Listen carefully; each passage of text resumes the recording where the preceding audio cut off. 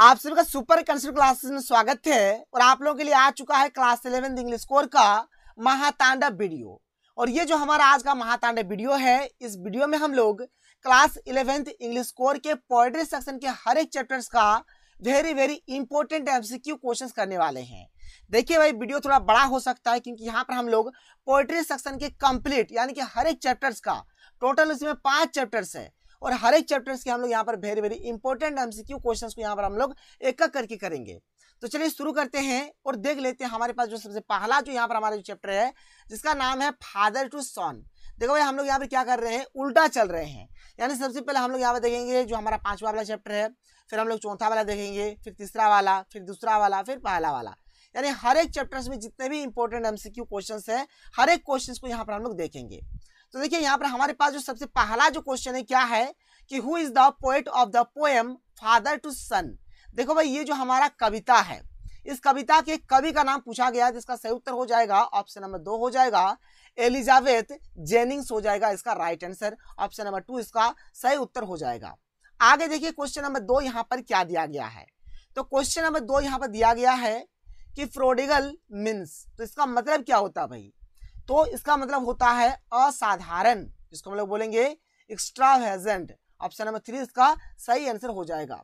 आगे देखिए question number 3 यहाँ पर क्या दिया गया है।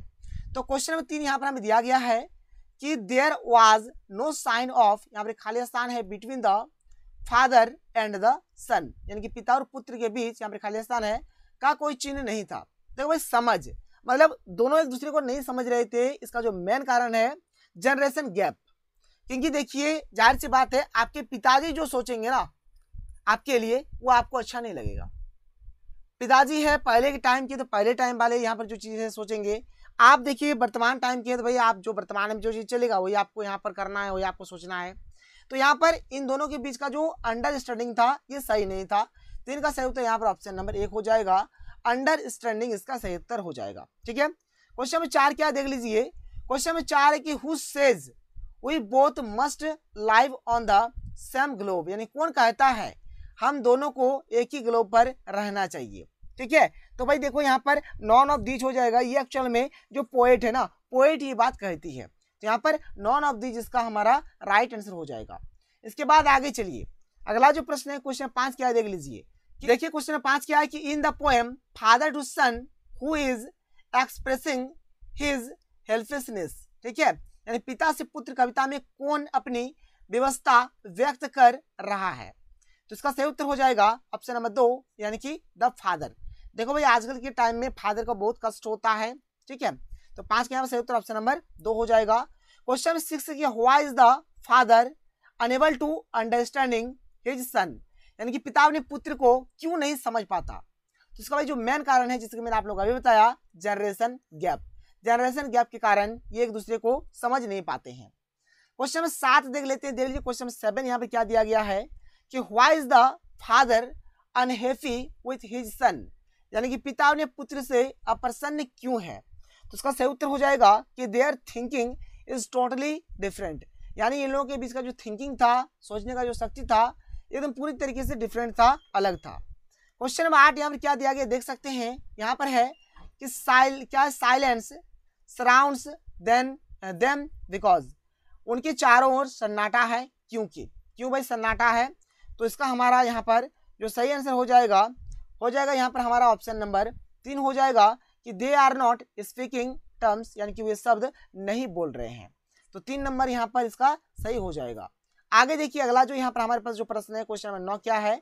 The father and the son must extend their hands, यानी कि पिता और पुत्र को हाथ फैलाना चाहिए। तो यहाँ पर हो जाएगा ऑप्शन नंबर 2 हो जाएगा कि टू फॉरगिव ईच अदर, यानी कि एक दूसरे को क्षमा करने के लिए यहाँ पर क्या है, हाथ फैलाना चाहिए।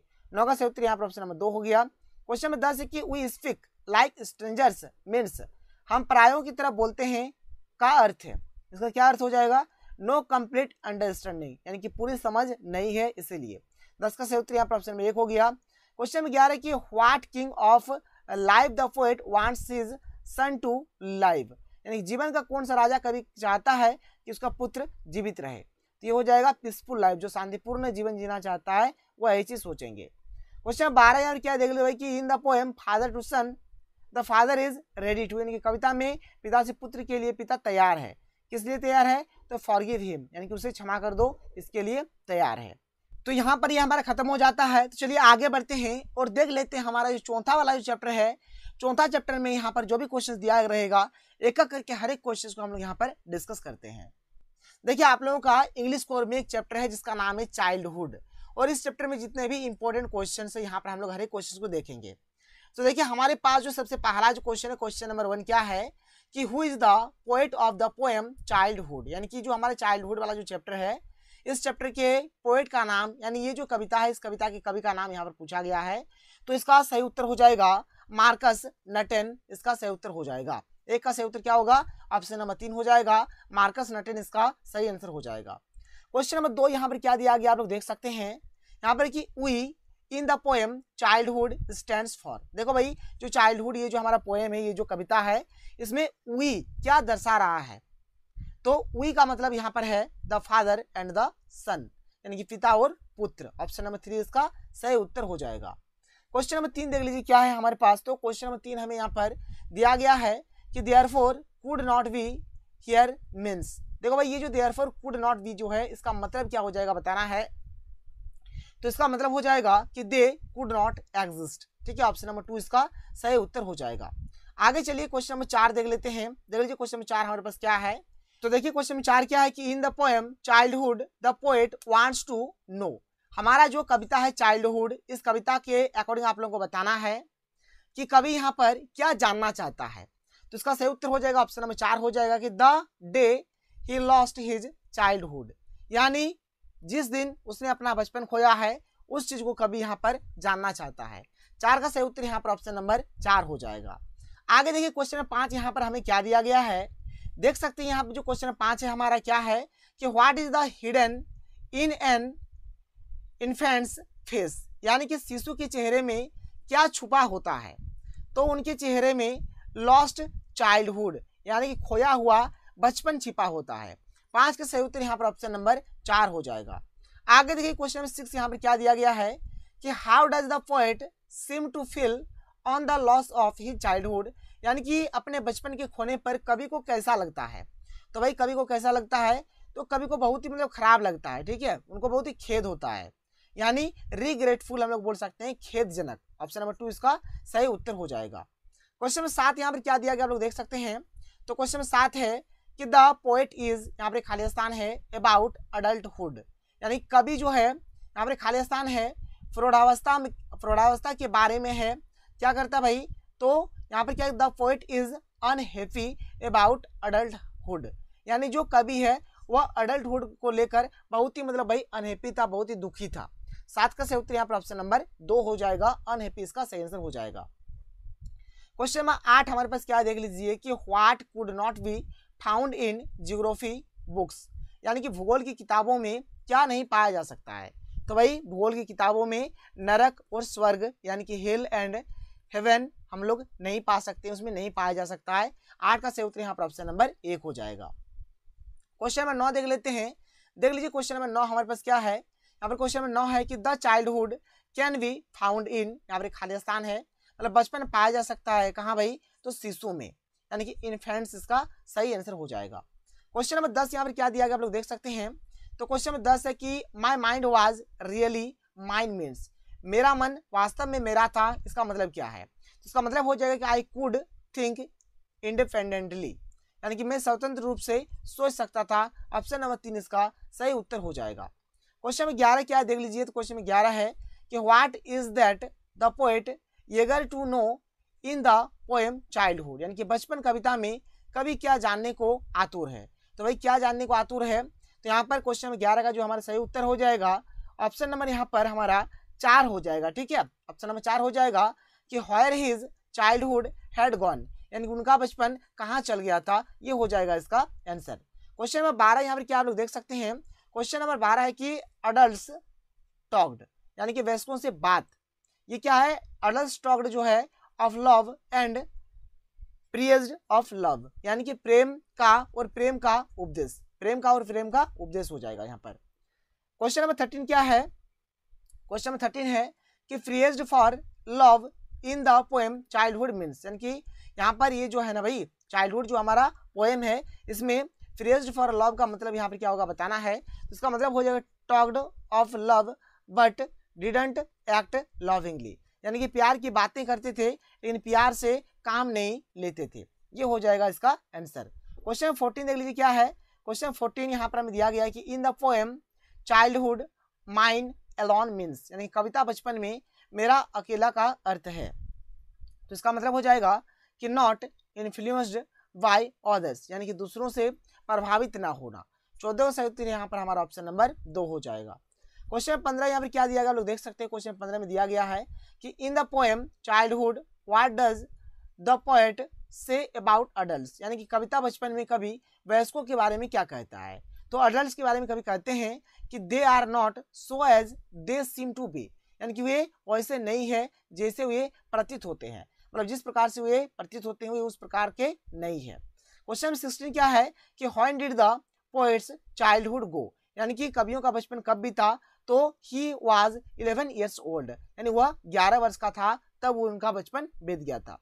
क्वेश्चन 17 क्या है कि where is poet able to find his lost childhood, कवि अपना खोया हुआ बचपन कहाँ से पाता है, कहाँ से भाई। तो हो जाएगा इसका यहाँ पर कि in the innocent facts of the infant, यानी कि शिशु के निर्दोष तथ्यों में ये चीज पाया जाता है।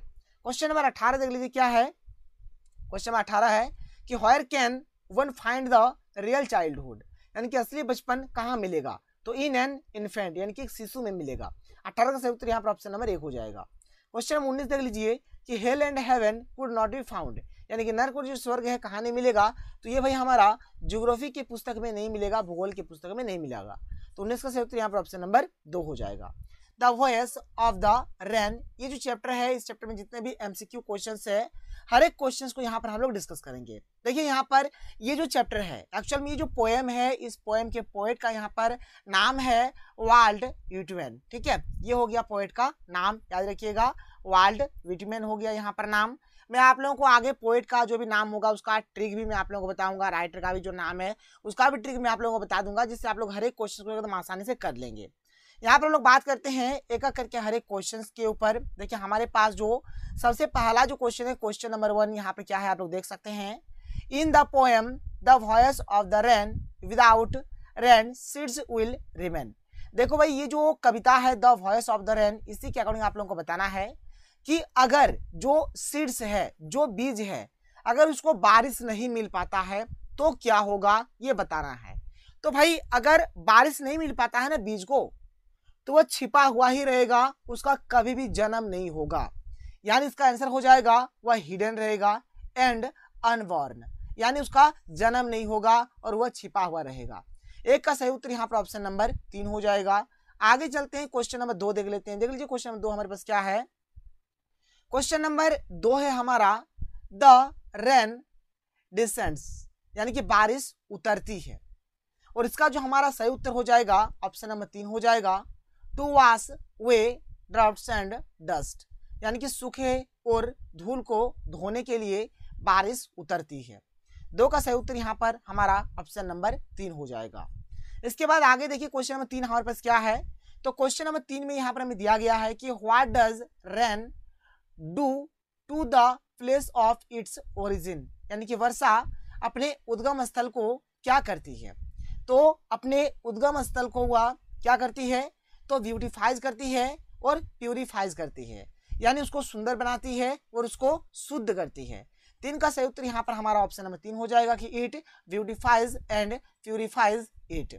इसके बाद देखो हमारा जो अगला जो यहाँ पर क्वेश्चन है क्वेश्चन नंबर 4 यहाँ पर क्या देख सकते हैं। अभी मैंने आप लोगों को क्वेश्चन नंबर 4 बताया, क्या बताया कि without rain seeds will remain. तो भाई बिना वर्षा के जो बीज होंगे क्या होंगे वह हिडन रहेंगे और वह अनबॉर्न, यानी कि उनका जन्म नहीं होगा। 4 का सही उत्तर यहाँ पर ऑप्शन नंबर 3 हो जाएगा। आगे देखिए क्वेश्चन नंबर 5 यहाँ पर हमारे पास क्या है। तो क्वेश्चन नंबर 5 यहाँ पर हमारे पास है कि in the poem the voice of the rain, इस पोएम के अकॉर्डिंग बताना है रिग्ड और अनरिग्ड मीन्स, मतलब रिग्ड और अनरिग्ड का मतलब क्या है। तो इसका मतलब हो जाएगा नोटिस्ड और नॉट नोटिस्ड, ये हो जाएगा ऑप्शन नंबर 3। इसका सही उत्तर हो जाएगा नोटिस्ड और नॉट नोटिस्ड, ये हो जाएगा। 5 का सही उत्तर ऑप्शन नंबर 3 हो जाएगा। क्वेश्चन नंबर 6 यहाँ पर क्या देख सकते हैं कि in the poem the voice of the rain together changed means, ठीक है। तो यहाँ पर इसका जो हो जाएगा, ये जो हमारा चैप्टर है यानी ये जो कविता है the voice of the rain together changed का मतलब यहाँ पर क्या हो जाएगा, तो इसका मतलब हो जाएगा कि द नेचर कंप्लीटली चेंज्ड, यानी जो प्रकृति है वह पूरी तरह से बदल गई है, ये हो जाएगा इसका मतलब। आगे चलते हैं, क्वेश्चन में 7 देख लेते हैं। देख लीजिए क्वेश्चन में 7 हमारे पास क्या है। तो क्वेश्चन में 7 है कि where does the rain rise from, यानी वर्षा कहाँ से होती है। तो भाई वर्षा जो है ना वह समुद्र से होती है, सी हो जाएगा। 7 का सही उत्तर यहाँ पर ऑप्शन नंबर 1 हमारा राइट आंसर हो जाएगा। क्वेश्चन नंबर 8 यहाँ पर क्या आप लोग देख सकते हैं। तो क्वेश्चन नंबर 8 में दिया गया है कि व्हिच प्रोसेस क्या है, which process enables rain to take its birth, यानी कौन सी प्रक्रिया बारिश को जन्म लेने में सक्षम बनाती है। तो कौन सा प्रक्रिया होता है, तो इसका राइट आंसर ऑप्शन नंबर 1 हो जाएगा कि वेपरेशन ऑफ वाटर फॉर्म्स क्लाउड, यानी कि पानी के वाष्पीकरण से बादल बनते हैं, ये हो जाएगा इसका हमारा राइट आंसर। आगे चलिए क्वेश्चन नंबर 9 देख लेते हैं। देख लो क्वेश्चन नंबर 9 हमारे पास क्या है। तो क्वेश्चन नंबर 9 है कि how does run give back life of its origin, यानी कि वर्षा किस प्रकार अपनी उत्पत्ति का जीवन वापस देती है। किस प्रकार देती है भाई, तो हो जाएगा it gives life and saves the earth, यानी यह जीवन देता है और पृथ्वी को बचाता है। जो बारिश है ये क्या करता है भाई, ये हमें जीवन देता है और ये पृथ्वी को बचाता भी है। तो देखिए क्वेश्चन में 10 क्या है कि the rain acts like a messenger of merry between the fields and the clouds, यानी कि वर्षा मैदानों और बादलों के बीच आनंद के दूत की नाई होती है। देखिए इसका जो हमारा आंसर हो जाएगा क्या हो जाएगा, यहाँ पर क्वेश्चन नंबर 10 का जो हमारा राइट आंसर होगा ऑप्शन नंबर 1 भी हो जाएगा, ऑप्शन नंबर 2 भी हो जाएगा, यानी इट सेटिस्फाइज द क्लाउड, यानी कि मेघ को संतुष्ट करता है। दूसरा है it rejuvenates dead plants and tree, यानी यह मृत पौधों और वृक्षों का क्या है, कायाकल्प करता है। मतलब यहाँ पर ऑप्शन नंबर 1 और ऑप्शन नंबर 2 हमारा सही हो जाएगा, यानी कि बोथ 1 एंड 2 हमारा राइट आंसर होगा। क्वेश्चन नंबर 11 क्या है आप लोग देख सकते हैं। तो क्वेश्चन नंबर 11 है कि the poet Walt Whitman asks a question and who art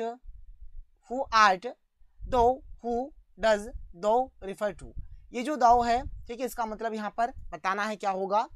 तो इसका मतलब हो जाएगा यहाँ पर द सोवर, इसका मतलब क्या हो जाएगा यहाँ पर, इसका मतलब हो जाएगा द सोवर के लिए यहाँ पर मतलब एक्चुअली बोल सकते हैं जो हमारा बहुत तेज वाला जो बारिश होता है उसको हम लोग यहाँ पर सोवर बोल सकते हैं। अगला प्रश्न है क्वेश्चन नंबर 12 कि give back life to my origin who is the speaker, यानी ये जो बोला गया है ये जो सेंटेंस है इसका कौन स्पीकर है, तो है यहाँ पर द सोवर। 12 का सही उत्तर यहाँ पर ऑप्शन नंबर 4 हो जाएगा। क्वेश्चन नंबर 13 देख लीजिए क्या है, who is the poem of अर्थ, यानी कि पोएम ऑफ अर्थ कौन है, तो हो जाएगा द रेन, यानी कि वर्षा। 13 का सही उत्तर ऑप्शन नंबर 1 हो जाएगा। द रेन टेक्स शेप, यानी जो रेन है भाई जो वर्षा है वह आकार लेती है कहाँ, तो इन द स्काई, यानी कि स्काई में वह अपना आकार ले लेती है। 14 का सही उत्तर यहाँ पर ऑप्शन नंबर 2 हो जाएगा। आगे देखिए क्वेश्चन नंबर 15 क्या है कि I give back life to my, मैं अपने जीवन को वापस देता हूँ क्या, तो ऑन माई और या फिर ऑन ओरिजिन, यानी कि स्वयं की उत्पत्ति। 15 का सही उत्तर यहाँ पर ऑप्शन में 3 हो जाएगा, ऑन ओरिजिन हो जाएगा। क्वेश्चन नंबर 16 है कि where does the song issue from, यानी कि गीत कहाँ से जारी होता है, तो फ्रॉम अर्थ, यानी कि पृथ्वी से। 16 का सही उत्तर यहाँ पर ऑप्शन नंबर 1 हो जाएगा। क्वेश्चन नंबर 17 है the place of origin of the rain is, यानी भाई जो हमारा रेन का जो रेन होने का जो हमारा ओरिजिन है जो प्लेस है वह कौन सा है, तो ये हो जाएगा हमारा समुद्र हो जाएगा, ठीक है, यानी कि सी इसका हमारा आंसर हो जाएगा, द सी हो जाएगा। आगे चलिए क्वेश्चन 18 देख लेते हैं। देखिए क्वेश्चन 18 क्या है कि who is the poet of the poem the voice of the rain, ठीक है, यानी इस चैप्टर का यानी कि इस कविता का कवि कौन है बताना है। तो अभी मैंने आप लोगों को बताया वाल्ट व्हिटमैन, यानी कि 18 का सही उत्तर ऑप्शन नंबर 2 हो जाएगा।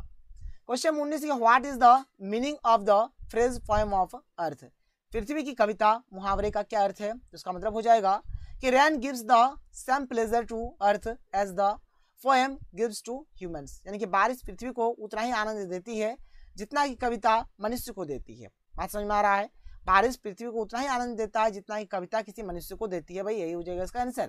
क्वेश्चन 20 है, what was strange to tell in the poem the voice of the rain, यानी कि the voice of the rain, कविता में क्या बताना अजीब था, क्या बताना अजीब था। तो इसका सही आंसर होगा कि the rain replied to the poet's question, यानी वर्षा ने कवि के प्रश्न का उत्तर दिया, ये बताना भाई बहुत ही अजीब था।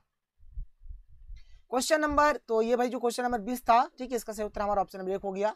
क्वेश्चन नंबर 21 क्या है कि in the poem the voice of the rain which of the following personified, यानी कि वर्षा की आवाज, यानी कि the voice of the rain जो है कविता में निम्नलिखित में से किसे व्यक्त किया गया है। तो भाई रेन को, मतलब भाई नाम ही है चैप्टर का the voice of the rain, तो भाई रेन के बारे में बातचीत हुआ है। 21 का सही उत्तर यहाँ पर ऑप्शन 4 हो जाएगा, रेन हो जाएगा। अगला प्रश्न है कि the rain according to the poet is a source of, यानी कवि के अनुसार वर्षा किसका स्रोत है। तो ये भाई हमारा जीवन का स्रोत है, लाइफ का सोर्स है, लाइफ हो जाएगा। देखिए क्वेश्चन 23 क्या है कि द एक्सप्रेशन टू, ये लव है, लव LOV, यानी to love in the poem means, माने ये जो भाई हमारा मतलब कविता है इसमें टू लव का मतलब यहाँ पर क्या है। थोड़ा मिसप्रिंट है, यहाँ पर थोड़ा सुधार लीजिएगा, ये आपका वो हो जाएगा, क्या हो जाएगा, वो हो जाएगा, यानी ये आपका LOV लव है। आगे चलिए भाई, मतलब कविता में प्यार करना शब्द का अर्थ है, तो इसका यहाँ पर मतलब हो जाएगा टू बाथ, यानी कि स्नान करना, ये हो जाएगा इसका आंसर। क्वेश्चन नंबर 24 क्या है देख लीजिए। तो क्वेश्चन नंबर 24 है कि what does the rain do to the nature, यानी कि वर्षा प्रकृति को क्या करती है, क्या करती है भाई। तो इसे साफ करता है, यानी कि क्लीन इट, उसका सौंदर्यीकरण करता है, यानी कि ब्यूटिफाइज इट। तो भाई क्लीन और ब्यूटिफाइज दोनों हो जाएगा। 24 का सही उत्तर यहाँ पर हमारा ऑप्शन नंबर 3 हो जाएगा, बोथ 1 एंड 2 इसका हमारा राइट आंसर हो जाएगा। तो चलिए शुरू करते हैं। देखिए हमारा इंग्लिश कोर में एक चैप्टर है जिसका नाम है द लेबरनम टॉप, और ये जो चैप्टर है इस चैप्टर में जितने भी इंपॉर्टेंट MCQ क्वेश्चंस है हर एक क्वेश्चंस को यहाँ पर हम लोग डिस्कस करेंगे। तो चलिए बात करते हैं और एक करके शुरू करते हैं हर एक क्वेश्चंस को। देखिए हमारे पास जो सबसे पहला जो क्वेश्चन है, क्वेश्चन नंबर 1 क्या है, यहाँ पर हमारे पास ये जो चैप्टर है द लेबरनम टॉप, मतलब ये जो हमारा एक जो पोएम है, इस पोएम के पोएट का नाम आप लोगों को बताना है, कवि का नाम आप लोगों को बताना है, क्या होगा। तो इस चैप्टर के, इस कविता के कवि का जो नाम है, क्या नाम है भाई, तो टेड ह्यूजेस इसका नाम है। तो टेड ह्यूजेस इसका सही उत्तर हो जाएगा। क्वेश्चन नंबर 1 का राइट आंसर ऑप्शन नंबर 3 होगा। देखो भाई मैं आप लोगों को राइटर का नाम और पोएट का नाम का ट्रिक दे दूंगा, जिससे आप लोग हर एक चैप्टर के, हर एक पोएम के आप लोग पोएट्स का नाम और राइटर्स का नाम एकदम आसानी से बोल देंगे, आपको एक जरा भी टेंशन नहीं होगा। आगे आएगा वीडियो, इसलिए आप लोग फटाफट चैनल को सब्सक्राइब करके रख लीजिए। तो चलिए आगे देख लेते हैं अगला जो क्वेश्चन है, क्वेश्चन नंबर यहाँ पर 2 हमारे पास क्या है देख लीजिए। तो देखिए क्वेश्चन नंबर 2 क्या है कि which month of the year has been mentioned in the poem the laburnum top, मतलब ये जो हमारा पोएम है, इस पोएम में किस मंथ के बारे में बातचीत किया गया है, किस मंथ के बारे में उल्लेख किया गया है, आप लोगों को बताना है। तो इस पोएम में, इस चैप्टर में हमारा सितंबर महीना के बारे में बताया गया है। तो क्वेश्चन नंबर 2 का सही उत्तर यहाँ पर ऑप्शन नंबर 3 हो जाएगा, सितंबर इसका बिल्कुल सही आंसर हो जाएगा। आगे चलिए अगला क्वेश्चन देख लेते हैं, क्वेश्चन नंबर 3। क्वेश्चन नंबर 3 यहाँ पर क्या है देख लीजिए।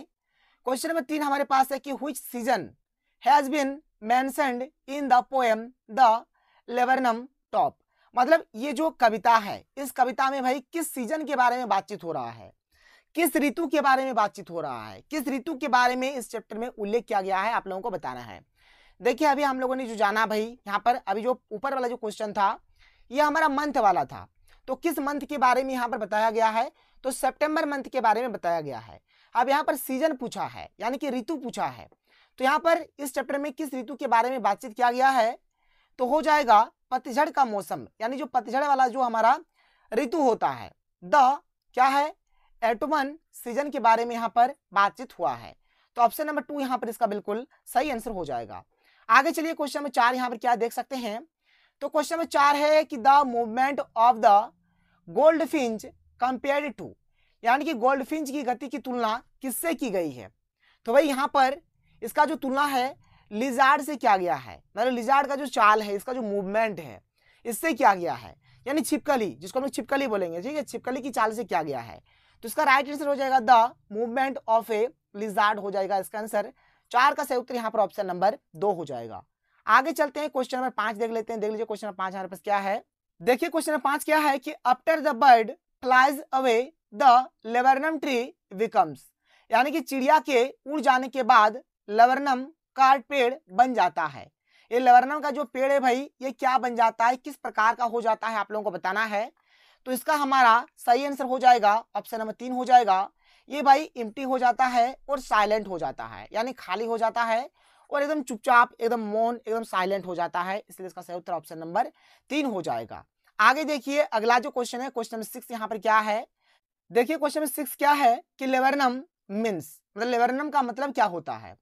तो इसका मतलब होता है ए ट्री, यानी कि एक पेड़ with hanging branches and yellow flowers, मतलब इसमें भाई ब्रांचेज हो, शाखाएं हो और येलो फ्लावर्स हो, यानी कि पीला कलर का इसमें फूल हो। तो इसका यहाँ पर हो जाएगा कि लटकते शाखाओं और पीले फूलों वाला एक पेड़, इसी को हम लोग बोलेंगे लेबरनम बोलेंगे। तो 6 का सही उत्तर यहाँ पर ऑप्शन नंबर 1 हो जाएगा। आगे चलते हैं क्वेश्चन नंबर 7 देख लेते हैं। देख लीजिए क्वेश्चन नंबर 7 यहाँ पर हमें क्या दिया गया है। यहाँ पर कि the goldfinch is a, यानी भाई गोल्ड फिंच यहाँ पर क्या है। तो गोल्ड फिंच जो है ये हमारा एक स्मॉल सिंगिंग बर्ड है, यानी छोटा सा गाना गाने वाला चिड़िया है विथ येलो क्या है फीदर्स, यानी पीले पंखों वाला छोटा गायन पक्षी, यानी इसका जो पंख होगा वह पीले कलर का होगा और एक छोटा सा गाना गाने वाली जो पक्षी है इसी को बोला गया है गोल्ड फिंच। इसके बाद हमारा जो अगला जो प्रश्न है देख लीजिए क्वेश्चन नंबर 8 यहाँ पर क्या दिया गया आप लोग देख सकते हैं कि what is the bird's movement compared to, यानी जो बर्ड्स का जो मूवमेंट है इसको किससे कंपेयर किया गया है आप लोगों को बताना है। अभी मैंने आप लोगों को बताया कि इसको जो कंपेयर किया गया है लिजार्ड के मूवमेंट से, यानी कि लिजार्ड का जो चाल है, छिपकली का जो चाल है, इससे इसका तुलना किया गया है, कंपेयर किया गया है। तो इसका सही उत्तर हो जाएगा to the movement of a lizard, option number 2 इसका राइट आंसर हो जाएगा। आगे देखिए अगला जो प्रश्न है यहाँ पर क्या है। देखिए क्वेश्चन नंबर 9 क्या है कि barred face in the poem the laburnum top means, यानी कि द लेबरनम टॉप कविता में वर्जित चेहरा का अर्थ क्या है। तो इसका मतलब हो जाएगा कि face having strips on it, यानी कि उस पर धारियों वाला चेहरा, ये हो जाएगा मतलब उसमें क्या क्या है भाई, तो स्ट्रिप्स है, धारियां है। 9 का सही उत्तर यहाँ पर ऑप्शन नंबर 2 हो जाएगा। आगे चलिए अगला क्वेश्चन देख लेते हैं, क्वेश्चन नंबर 10 देख लीजिए। तो क्वेश्चन नंबर 10 है कि who is the poet of the poem laburnum top. ये जो भाई यहाँ पर ये जो पोएम है इसके पोएट का नाम, कवि का नाम पूछा गया, अभी मैंने आप लोगों को बताया है कि टेड ह्यूजेस हो जाएगा, ऑप्शन नंबर 1 इसका सही आंसर हो जाएगा। आगे चलिए अगला क्वेश्चन देख लेते हैं, क्वेश्चन नंबर 11। क्वेश्चन नंबर 11 यहाँ पर है कि how does the poet seem to feel at the emptiness once the goldfinch flies away, यानी कि एक बार गॉडफिंच के उड़ जाने पर कवि उस खालीपन को कैसा महसूस करता है। तो सैड महसूस करता है, उदास महसूस करता है। 11 का सही उत्तर यहाँ पर ऑप्शन नंबर 1 इसका सही उत्तर हो जाएगा। आगे देखिए अगला क्वेश्चन, क्वेश्चन नंबर 12 हमारे पास क्या है। देखिए क्वेश्चन नंबर 12 क्या है कि what makes the earth pure and beautiful, यानी कि पृथ्वी को शुद्ध और सुंदर कौन बनाता है। तो आकाश भी बनाता है, द स्काई भी, द शोअर भी हो जाएगा, द सी भी हो जाएगा, यानी कि ऑल ऑफ दीज हो जाएगा। 12 का यहाँ पर सही उत्तर ऑप्शन नंबर 4 हो जाएगा। यहाँ पर स्नान नहीं होगा बल्कि यहाँ पर शोअर माने होता है जैसे कि बारिश की बूंदे जिसको हम लोग बोलेंगे, ठीक है। तो यहाँ पर 12 का हो जाएगा ऑप्शन नंबर 1, 2, 3 सारा का सारा सही हो जाएगा, ऑल ऑफ दीज इसका हमारा राइट आंसर हो जाएगा। आगे चलिए क्वेश्चन नंबर 13 देख लेते हैं। देख लीजिए क्वेश्चन नंबर 13 हमारे पास क्या है। क्वेश्चन नंबर 13 है कि it is the engine of her family here it refers to, यानी यह उसके परिवार का इंजन है। यहाँ यह मतलब किसके लिए लागू किया गया है, किसके लिए इसको संदर्भित करता है, किसके लिए इसको रिफर्स करता है। तो यहाँ पर हो जाएगा भाई हमारा लेबरनम ट्री हो जाएगा इसका सही उत्तर। 13 का सही उत्तर क्या हो जाएगा, ऑप्शन नंबर 2 हो जाएगा। आगे चलिए क्वेश्चन नंबर 14 देख लेते हैं। देख लीजिए क्वेश्चन नंबर 14 हमारे पास क्या है। क्वेश्चन 14 है कि the goldfinch is compared to a lizard because of its, यानी कि सुनहरी मछली की तुलना उसके कारण छिपकली से की जाती है, ठीक है। तो यहाँ पर अलर्टनेस के कारण, सतर्कता के कारण किया जाता है। 14 का सही उत्तर यहाँ पर ऑप्शन नंबर 3 हो जाएगा, अलर्टनेस इसका सही आंसर हो जाएगा। आगे देखिए क्वेश्चन नंबर 15 यहाँ पर क्या है। The goldfinch chirping changes into whisperings because, यानी कि सुनहरी चिड़िया की चहचहाहट फुसफुसाहट में बदल जाती है क्योंकि, उसका जो चहचहाहट है वह फुसफुसाहट में बदल जाता है। क्यों बदल जाता है बताना है, इसका कारण क्या है। तो इसका यहाँ पर कारण हो जाएगा it has done it's job, यानी इसने अपना काम कर दिया इसीलिए। तो ऑप्शन नंबर 3 इसका सही उत्तर हो जाएगा। और इस वीडियो में मैं आप लोगों को एक चैप्टर बताने वाला हूं जिसका नाम है ए फोटोग्राफ, और इसके पोएट का नाम है सिरिल टॉलसन। ठीक है, नोट डाउन कर लीजिए क्योंकि पोएट का नाम पूछा जाएगा और मैं आप लोगों को आगे पोएट का नाम का ट्रिक भी बता दूंगा। देखिए हमारे पास जो सबसे पहला जो क्वेश्चन है पोएट के नाम पर ही बेस्ड है, मतलब ये जो हमारा ये जो पोएम है, ये जो कविता है ए फोटोग्राफ, इसके कवि का नाम यानी यहाँ पर इसके पोएट का नाम पूछा गया है। तो इसका सही उत्तर हो जाएगा ऑप्शन नंबर 2 हो जाएगा, सिरिल टॉलसन इसका सही आंसर हो जाएगा। आगे चलिए अगला क्वेश्चन देख लेते हैं। क्वेश्चन नंबर 2 देख लीजिए क्या है। तो हमारे पास यहाँ पर क्वेश्चन नंबर 2 है कि हु वेयर बेटी एंड डॉली, यानी कि बेटी और डॉली कौन थे। तो यहाँ पर हो जाएगा कजन्स ऑफ पोएट्स मदर, यानी कि कवि की माँ के जो कजन्स थे, ये हो जाएगा इसका आंसर। ये हमारे क्या थे, बेटी और डॉली। तो 2 का सही उत्तर यहाँ पर ऑप्शन नंबर 2 हो जाएगा, कजन्स ऑफ पोएट्स मदर, ये हो जाएगा इसका सही आंसर। आगे चलिए क्वेश्चन नंबर 3 देख लेते हैं क्या है। तो क्वेश्चन नंबर 3 है कि व्हाट हैज नॉट चेंज्ड, क्या नहीं बदला है। तो भाई जो समुद्र है, समुद्र नहीं बदला है। तो 3 का हमारा सही उत्तर हो जाएगा यहाँ पर ऑप्शन नंबर 4 हो जाएगा, द सी, यानी कि समुद्र। समुद्र हमारा चेंज यानी कि ये नहीं बदला है, ये चेंज नहीं हुआ है। क्वेश्चन नंबर 4 हमारे पास क्या है देख सकते हैं कि there was the photograph taken, यानी कि तस्वीर कहाँ ली गई थी। तो भाई ऑन ए बीच, यानी कि एक समुद्र तट पर जो भी फोटोग्राफ्स थे, यानी कि जो भी तस्वीर थी, जो भी फोटो था, लिया गया था। 4 का सही उत्तर यहाँ पर ऑप्शन नंबर 3 हो जाएगा, ऑन ए बीच इसका सही आंसर हो जाएगा। आगे बढ़ते हैं, क्वेश्चन नंबर 5 देख लेते हैं। देख लीजिए क्वेश्चन नंबर 5 हमारे पास क्या है। तो क्वेश्चन नंबर 5 है कि why did the grandmother not accompany the author to his school in the city, यानी कि दादी लेखक के साथ शहर में उसके स्कूल में क्यों नहीं गई। यानी दादी स्कूल क्यों नहीं गई, मतलब यहाँ पर लेखक के साथ शहर में, ये आपको बताना है। तो इसका सही उत्तर हो जाएगा ऑप्शन नंबर 2 हो जाएगा कि the author now went to school in a motor bus, यानी भाई जो लेखक थे, जो ऑथर थे, अब वो ये स्कूल मोटर बस से जाने लगे, इसलिए दादी उनके साथ नहीं गई थी। तो 5 का सही उत्तर यहाँ पर ऑप्शन नंबर 2 हो जाएगा, सही आंसर है। ठीक है, ये मोटर बस वाला हमारा राइट आंसर हो जाएगा। 5 का क्या हो जाएगा, ऑप्शन नंबर 2 हो जाएगा। क्वेश्चन नंबर 6 यहाँ पर क्या है आप लोग देख लीजिए कि the cardboard shows the picture of, यानी कि कार्डबोर्ड की तस्वीर दिखाता है, किस चीज का तस्वीर दिखाता है। तो ये भाई दिखाता है narrator's mother and her 2 cousins, यानी कवि की माँ और उसके 2 चचेरे भाई का यहाँ पर फोटो दिखाता है। 6 का सही उत्तर यहाँ पर ऑप्शन नंबर 4 हो जाएगा। आगे बढ़ते हैं, क्वेश्चन नंबर 7 देख लेते हैं क्या है। तो क्वेश्चन नंबर 7 है कि द अंकल वाज, और यहाँ पर इसका सही उत्तर हो जाएगा स्टैंडिंग विथ ए कैमरा, यानी जो अंकल थे ना, वह एक कैमरा के साथ खड़े थे, स्टैंडिंग विथ ए कैमरा, यानी एक कैमरा के साथ खड़े थे। 7 का सही उत्तर यहाँ पर ऑप्शन नंबर 4 हो जाएगा। आगे बढ़ते हैं, क्वेश्चन नंबर 8 देख लीजिए। क्वेश्चन नंबर 8 हमारे पास क्या है। तो क्वेश्चन नंबर 8 है कि the big girl in the poem a photograph means. देखो भाई ये जो फोटोग्राफ, ये जो चैप्टर है, इस चैप्टर में बिग गर्ल वर्ड का यूज किया गया है। ये किसके लिए यूज हुआ है, इसका मतलब क्या है यहाँ पर बताना है। या फिर ये क्वेश्चन ऐसे पूछा जा सकता है कि that girl in the poem a photograph refers to.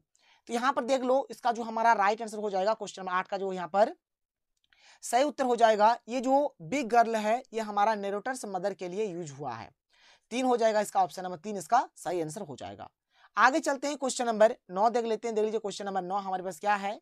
तो क्वेश्चन नंबर 9 है कि सी हैज बीन डेड, वह मर चुकी है। इसका सही उत्तर हो जाएगा nearly as many years as she lived, यानी लगभग जितने वर्ष वह जीवित रही, मतलब वह मर चुकी है, इस प्रकार से फीलिंग आ रहा था। 9 का सही उत्तर यहाँ पर हो जाएगा nearly as many years as she lived, इसका सही आंसर हो जाएगा। क्वेश्चन नंबर 10 की ओर चलते हैं। देख लेते हैं क्वेश्चन नंबर 10 हमारे पास क्या है। क्वेश्चन नंबर 10 देख लो कि the word both in the poem a photograph stands for. ये जो चैप्टर है, इस चैप्टर में बोथ का जो हमारा यूज हुआ है, किसके रिगार्डिंग हुआ है, किसके लिए बोथ का यूज किया गया है बताना है। तो इसका सही उत्तर हो जाएगा नरेटर एंड हर मदर, यानी कवि और उसके माँ के लिए बोथ का यहाँ पर यूज किया गया है। 10 का सही उत्तर यहाँ पर ऑप्शन नंबर 3 हो जाएगा। आगे चलते हैं, क्वेश्चन नंबर 11 देख लेते हैं। देख लीजिए क्वेश्चन नंबर 11 हमारे पास क्या है। तो क्वेश्चन नंबर 11 है कि in the poem a photograph what was her past, यानी ये जो चैप्टर है फोटोग्राफ, ठीक है, इस चैप्टर में कवि का पास्ट क्या है, कवि का अतीत क्या है। तो इसका राइट आंसर हो जाएगा कि the sea holiday that she enjoyed with her cousins, यानी जो भाई समुद्र में जाकर जो उन लोग हॉलीडे मना रहे थे, अवकाश मना रहे थे अपने कजन्स के साथ, बस भाई वही उसका पास्ट था और उसी चीज को वही याद कर रहा था। ये हो जाएगा कि समुद्री अवकाश जो उसने अपने चचेरे भाइयों के साथ आनंद लिया, यानी the sea holiday that she enjoyed with her cousins, ये हो जाएगा इसका राइट आंसर। आगे बढ़ते हैं, क्वेश्चन नंबर 12 देख लेते हैं क्या है।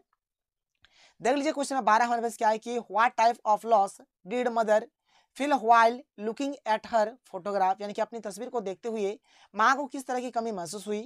तो यहाँ पर इसका सही उत्तर हो जाएगी the loss of her childhood, यानी वो अपने बचपन को खो दिया था, इस चीज को उसने महसूस किया।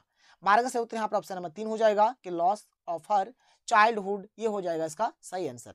आगे चलिए क्वेश्चन नंबर 13 देख लेते हैं। देख लीजिए क्वेश्चन नंबर 13 हमारे पास क्या है। व्हाट वाज द, यहाँ पर वर्ड हो जाएगा, ठीक है, यहाँ पर वर्ड होगा, थोड़ा मिसप्रिंट है, WORD। What was the word card, क्या है, cardboard denote in the poem. ये जो भाई ये जो वर्ड है कार्डबोर्ड, ठीक है, ये जो वर्ड है ये किसके लिए, यहाँ पर इसका अर्थ क्या है बताना है, ये किसके लिए प्रयुक्त हुआ है। तो इसका हमारा सही उत्तर हो जाएगा परमानेंट फोटो रिकॉर्ड, यानी परमानेंट फोटो रिकॉर्ड के लिए, यानी एकदम स्थायी रूप से जो फोटो रिकॉर्ड है इसके लिए इस वर्ड का यूज किया गया है। 13 का सही उत्तर यहाँ पर हमारा ऑप्शन नंबर 2 हो जाएगा सही।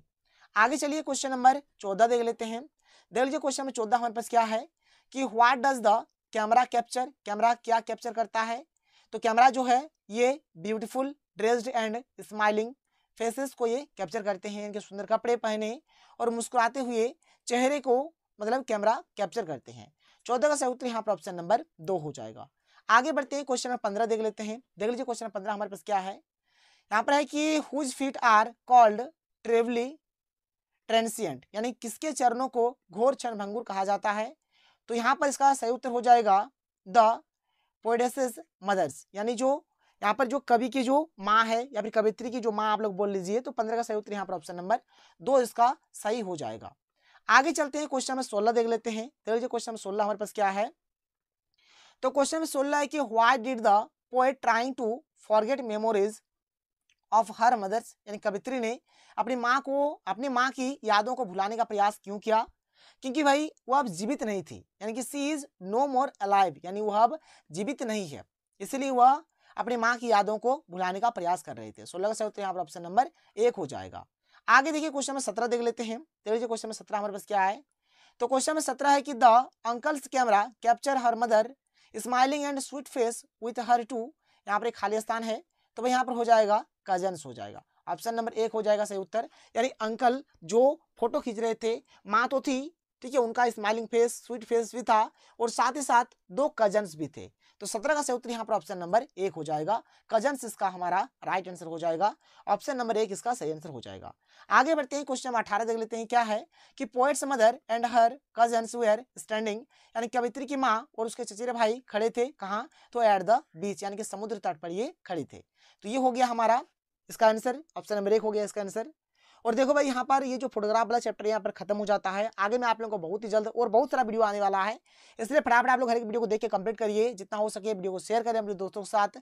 तो चलिए मिलते हैं अगले वीडियो में। थैंक यू, जय हिंद।